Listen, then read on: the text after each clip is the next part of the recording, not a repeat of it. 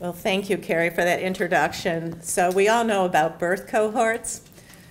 So I think of Carrie as part of my graduation cohorts, you know, my professional getting started cohort. So, and just a plug for any of the students in the room, the SER Student Workshop is really a phenomenal opportunity to meet lifetime collaborators and mentors.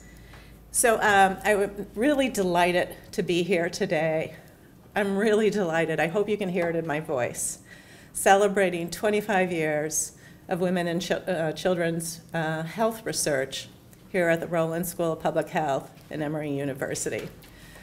I think we should just celebrate it all over, and we don't have many opportunities where we celebrate this field, in part because it's been a really hard field to get off the ground and have huge impact in various academic institutions. I don't know why it's so hard. It's hard to get funding still. It's been an area that hasn't been as highly valued as some chronic disease areas, but still a really important area. So I'm just delighted to be able to share in today's celebration. I wanted to say just a couple of words what the center has meant to me in my career and thinking about it, and yes, being jealous of it. I never had one. I don't think I'm going to either. My clock is running out quickly. But it has always been a center that is synonymous with interdisciplinary collaborations and training, education and mentorship. And education without mentorship is just that, education. But also important research and discovery. So kudos to the center. But I also want to remind us that some of the very early evidence suggesting and supporting and documenting the racial, ethnic, and other health disparities and inequalities relative to maternal and child health outcomes came from this center. And sadly, we continue to see them today. But this is important work, and it's something that should be kept in mind, that a lot of this early attention came from this center. When Carol called to invite me, I don't even think she finished the center, and I was saying, yes, yes, yes, yes, I'll come. I'll talk about anything. But when we were done, I had a chance to sit back and reflect about Carol Hogue as I knew her over the course of my career. When I was coming out, she was this formidable force in the field, advocating strongly. Of course, I read all of her papers and was just so impressed. But I realized one word could sum up my experience with Carol, and that was I was following her. Following her in terms of, oh, thank you, her leadership. For example, we've heard how she was the president of SER in 1987, or president-elect, I should say, president the following year. It took me considerable years more to ever become the president-elect of SER. She began her academic career in 1977, took me a decade longer to get started. And she had the wisdom in 1982 to do public service at the Centers for Disease Control and to establish some of the important data sources that we've heard about, such as PRAMs, that we take for granted today. So I didn't get to do public service in 2000, so quite a bit longer. And Carol returned to academe about a decade after being at the CDC.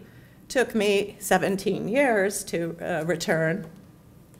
I'm not sure why I didn't see that there.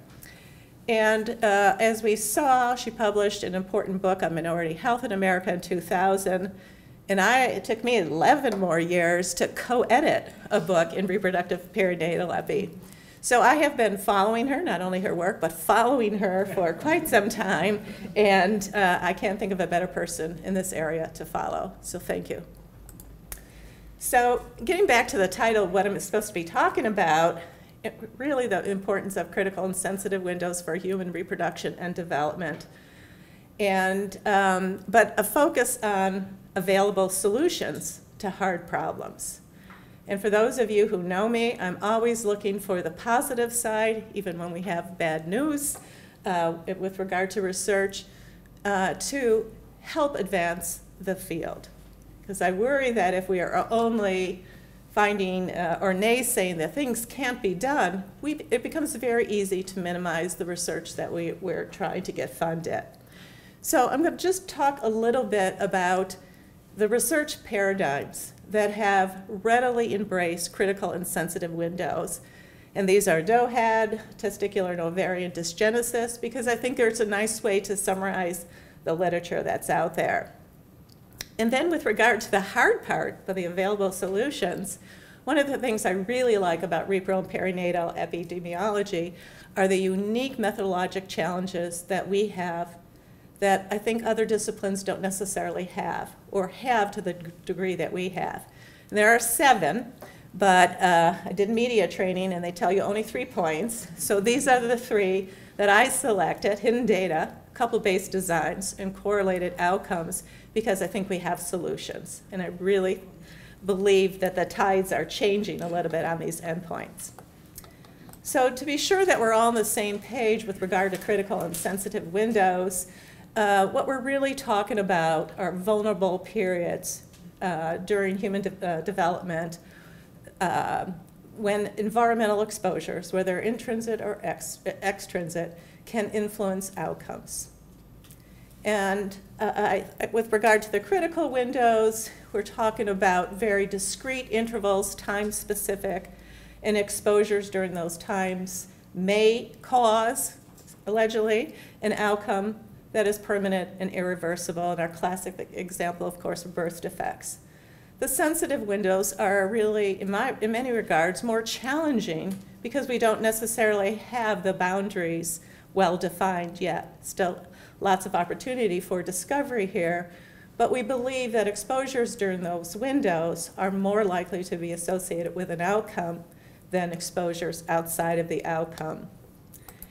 And this whole 2 important tenets underlying this vulnerability really pertain to developmental plasticity, and I'm hoping that the incoming generation of practitioners will be able to study embryonic and fetal resiliency, how they're able to fight back and correct exposures that might occur.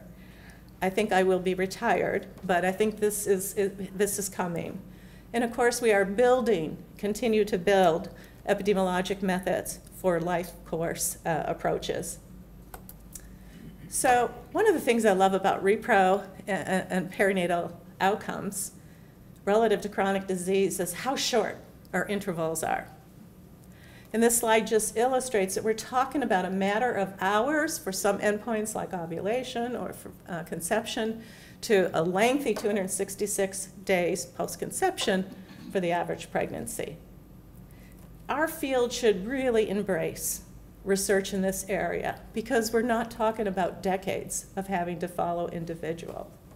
But I do think for many of these endpoints, it's important for epidemiology to partner with our clinical partners who will have access and will allow us to be able to see some of these endpoints.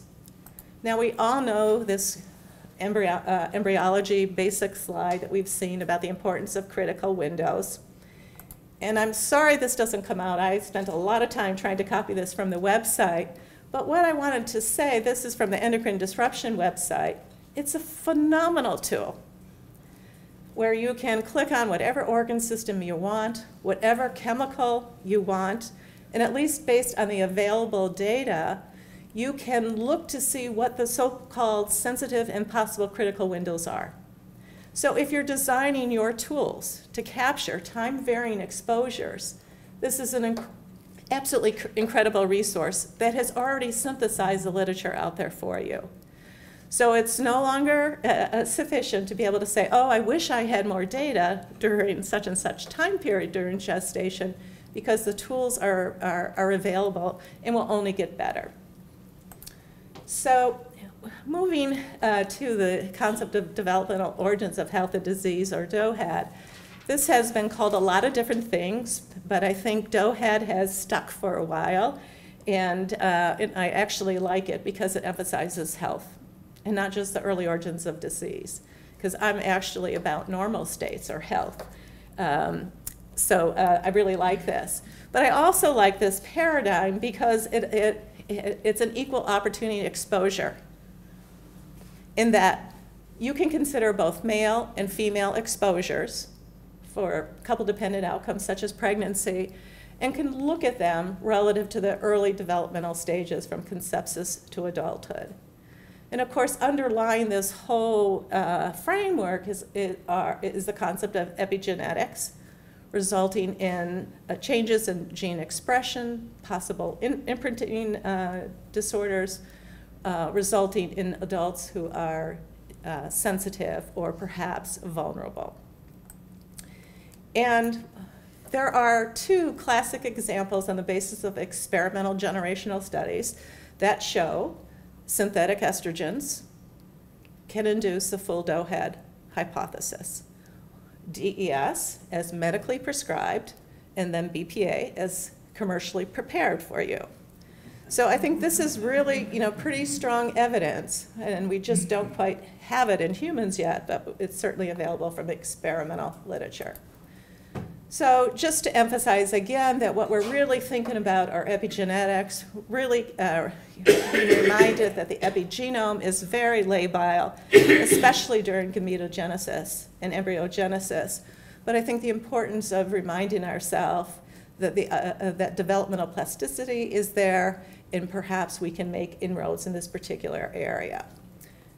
I'm also really excited about the new work in microRNAs in sperm. The idea that the male partner may not just provide the unfolding of the rigid genome, but he may actually deliver more to the conceptus child, if you will. So is there any evidence from human data that would support doe head?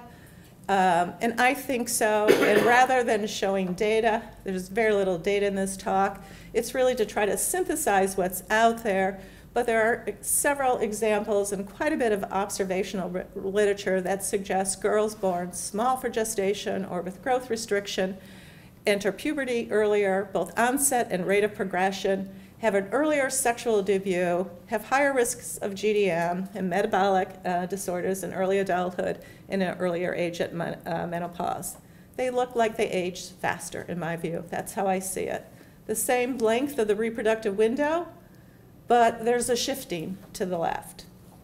We are also increasing evidence, and this is at the population level, with population-based data sets, a few in the US, but mostly from our Scandinavian partners, that support having both gynecologic disorders and gravid diseases are associated 2, 3, 4-fold higher risk of later onset diseases, ranging from various cancers to coronary heart disease and metabolic disorders.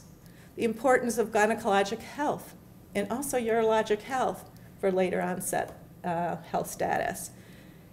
And endometriosis continues, in my view, to amass population, large, multi-decade level data to suggest endometriosis. We need to think about endometriosis in a completely different way. It's not just a condition of pain and menstrual irregularity. Same thing for men. Again, this area is an equal opportunity exposure. I love it. But we have known for decades that boys born with GU malformations tend to be at higher risk for testes cancer, at the lower peak of age at onset, but also poor semen quality as adults. And interestingly, having poor semen quality as a male increases the risk that the next generation will have GU malformations. And so in the generational studies being done in Denmark and other places like that, it's really a double-edged sword. So there's something about male fecundity as measured by his semen quality predicting the next generation's reproductive health. So I love this TDS, testicular dysgenesis syndrome. This is a research paradigm that Neil Skakebak and his Danish colleagues have been positing for decades.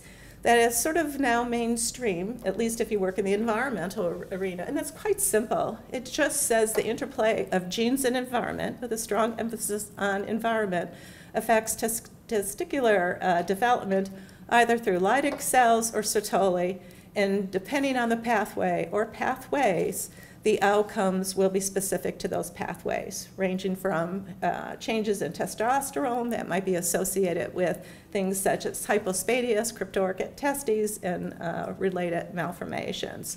And through the Sertoli cells, we're really looking at changes in germ cells and semen quality. So I remember hearing Niels first present this on the West Coast, and the whole audience like, can't be, can't be.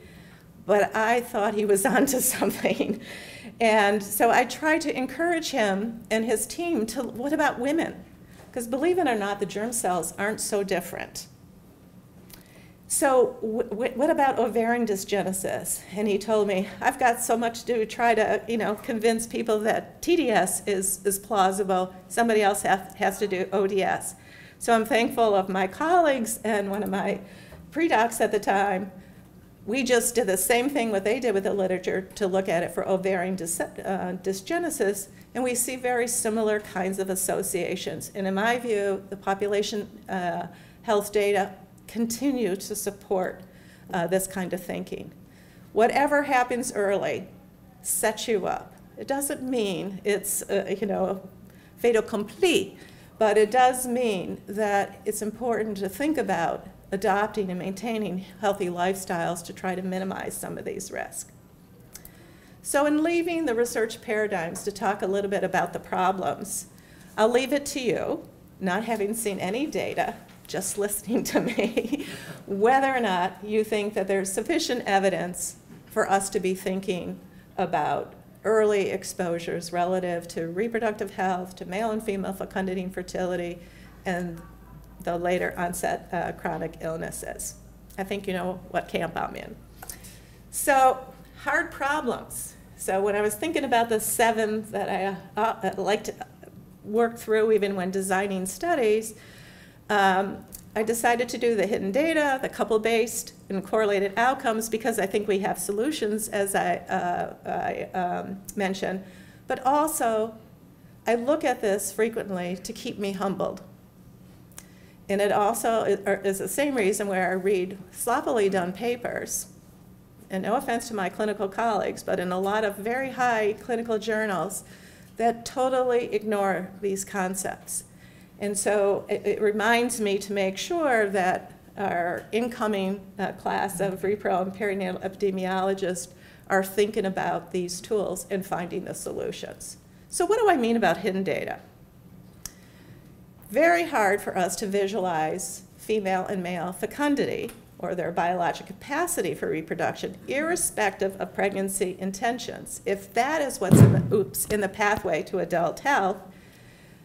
So because we cannot visualize ovulation, we have some proxies. Some are pretty poor, as you can see here, and even whether or not the fimbriated ends of the tubes will be able to grasp that egg and move it into the fallopian tube.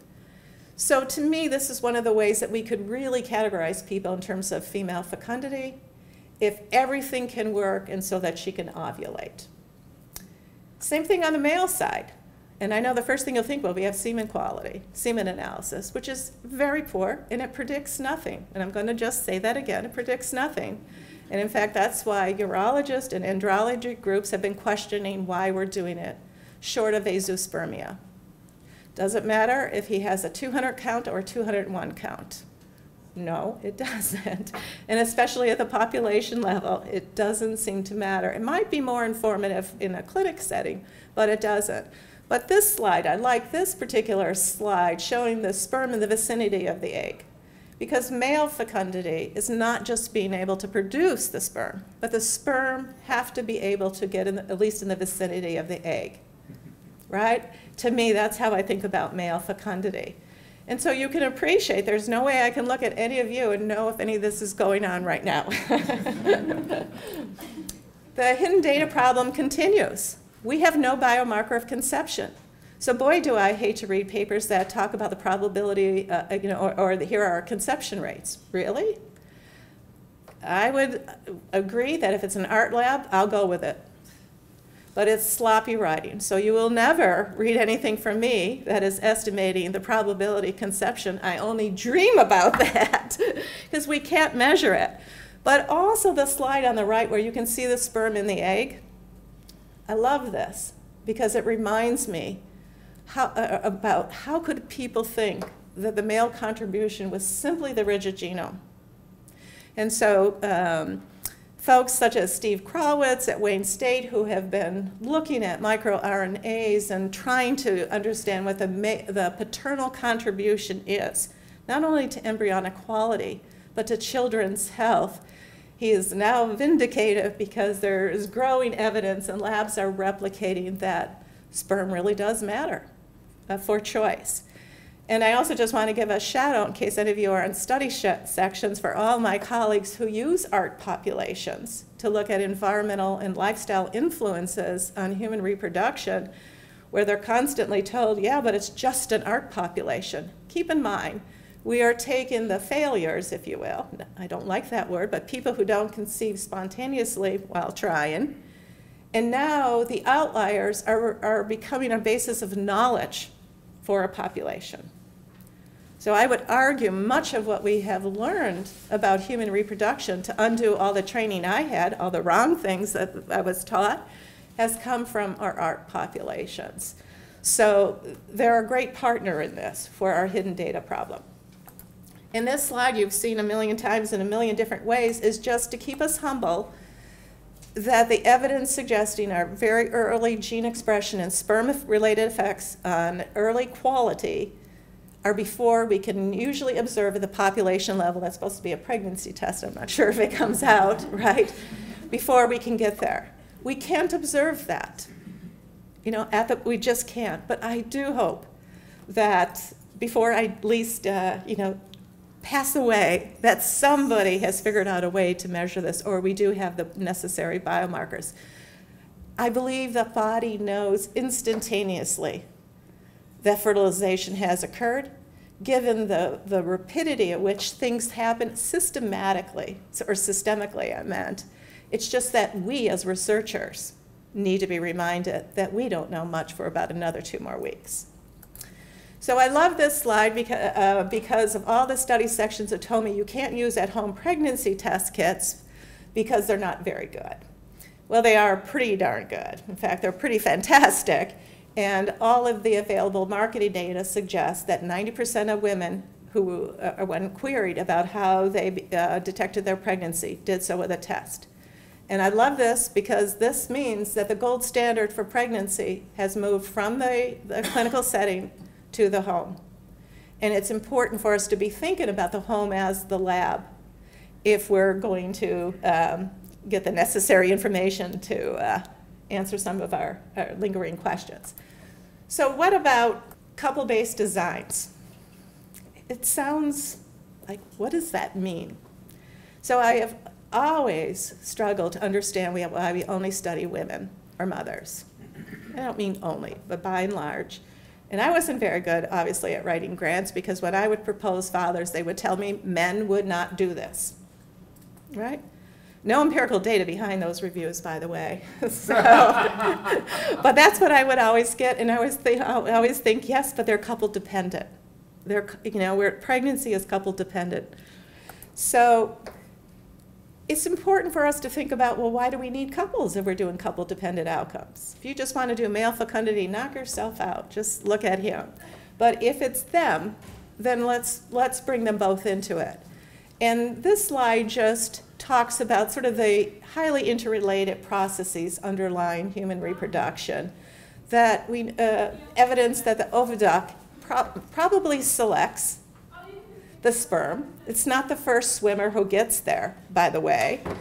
Or maybe hormonal signaling, or maybe something about the sperm membrane biochemistry, or maybe it's the motility, and maybe she really likes fast. How fast he has to be swimming, we don't know. But there's a lot of very good evidence, and also the endometrium basically being the biosensor of embryonic quality, being able to detect should this pregnancy implant or not. And as I mentioned, the increasing recognition of the importance, especially of spermatozoa RNAs, to help with oocyte activation and a whole host of other cascading events. But I'm really intrigued by the art literature where they're using this spent culture medium after they have cultured that blastocyst and removed and ready for transfer. Use the media to look at the earliest nutritional and metabolic environment of that organism. That is like really so cool. And we should, rather than throwing it away or just thrown into a freezer, we should be using that information, in my view. So this slide is just the last one on a couple, and it's one that is very humbling, and it just illustrates that we can't easily compartmentalize people into a fecundity category. But often in the preconception, we're looking for couples who are at risk, whether they're intending or not intending to becoming pregnant. And how do we find them in the population? There's no registry, right? You don't have to sign up. You don't have to go in for preconception care, although we wish you would. But the utilization rates are very, very low, right? And the other point is that if your partner changes, your couple fecundity can change. And you can be infecund, unable to do it alone without help, and then you can be made fecund. And we know all of the people who had ART once and then they had 3 more kids on their own.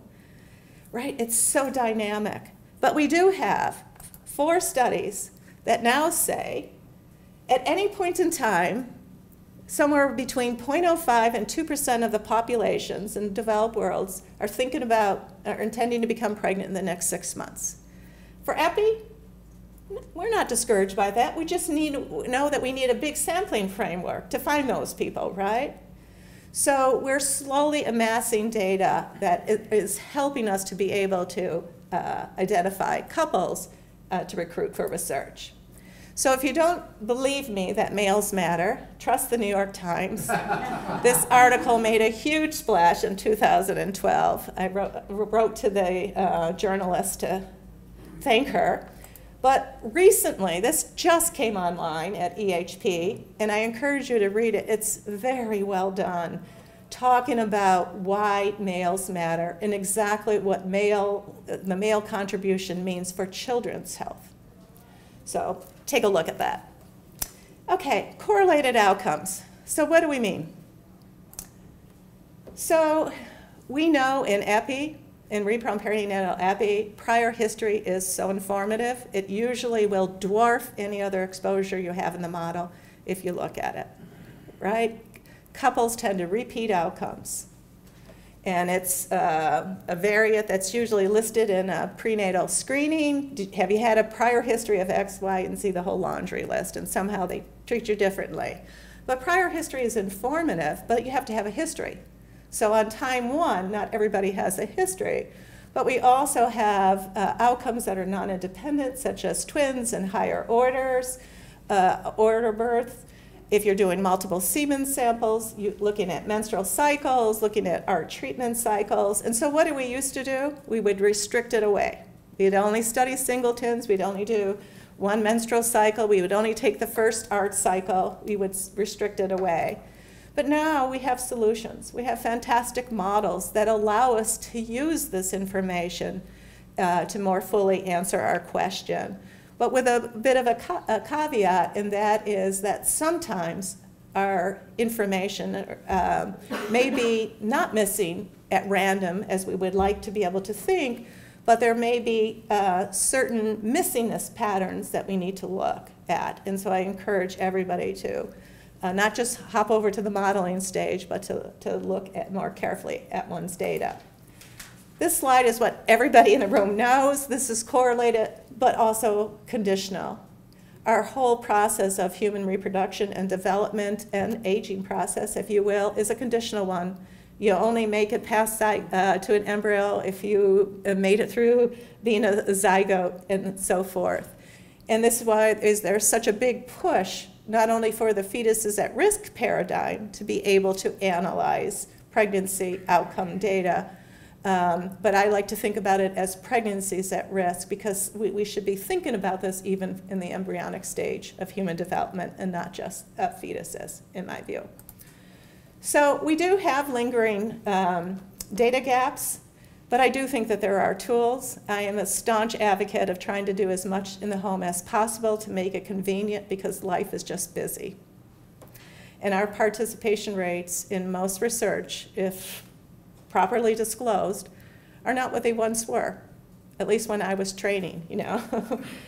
So I love looking at what's available that we can use in the home. And these are just a few of the inexpensive products, all the way from kits to help you determine if you're fecund, to the clear blue on the top fertility monitor that tracks E3G and LH, that helps people time intercourse relative to impending ovulation, to sperm vitality, little microscopes to look at the sperm, and at least the andrology community who are open, and that's the caveat, to at-home testing, say they're not that bad.